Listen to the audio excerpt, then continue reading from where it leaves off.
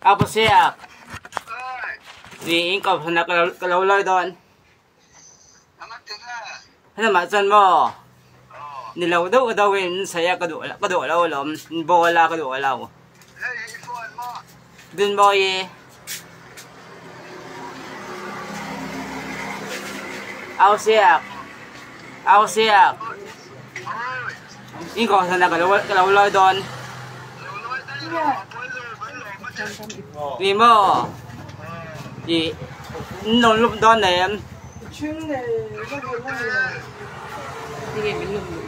cái lông độ đó na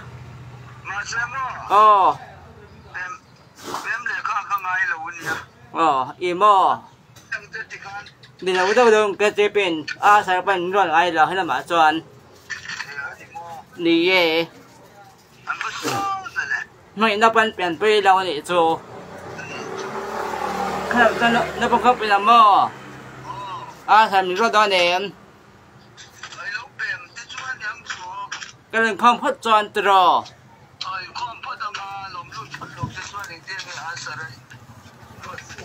thì cậu sản ra qua là cái tay về đó cái tay về thấy đó nè tiêu rồi mày à cậu sản cái ra qua là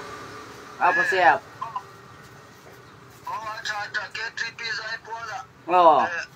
berbelah kan itu lo cuan terus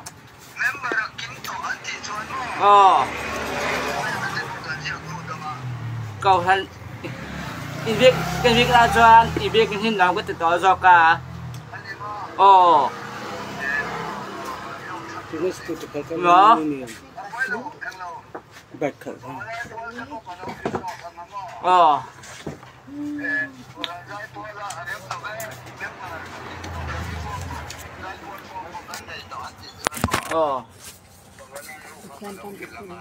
ประเทศนี้มันเป็นด้านแหนมประเทศนี้มันเป็นด้านแหนมประเทศเราอีกมันเป็นด้านแหนม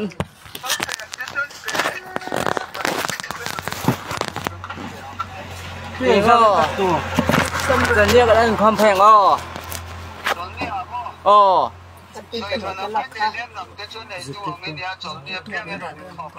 อีบ่จะเรียกอะไรเป็นความแพงจนดีกำจังก็บันสั่งเขาเจ้าก็เองเราทั้งตอนเบyêu thì là cái thân anh này mày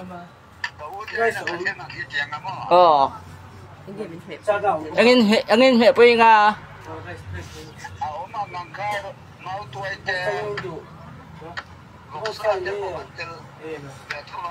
xin hệ tao phát trong cái ảnh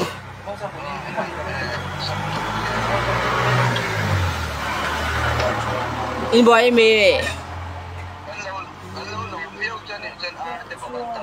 อีโมอาสามินรอดเนี่ยนับบังคับไปอ่ะจวน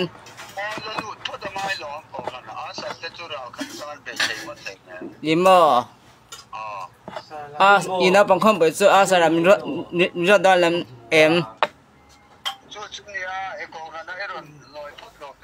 กันลอยด้วยหรอ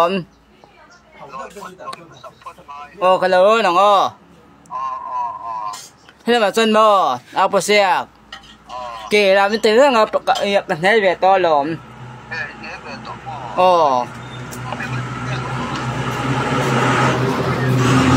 kì thì phải tôi phải phân về phân là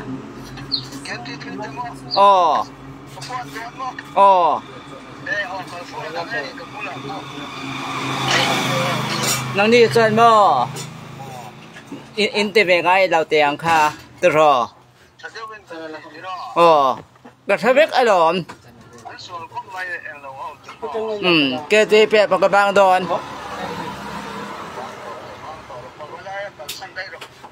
đi mò cái nào mà cái im lặng cái anh nào có tự tỏi do cả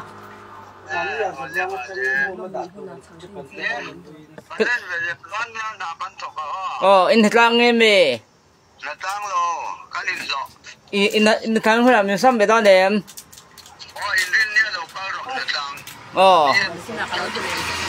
so chân xem đoan về xem lâu bữa này chuột cho ông xem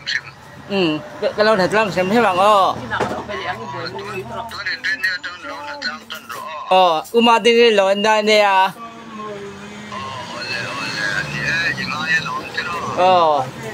umadi ai cái lâu đoan ne à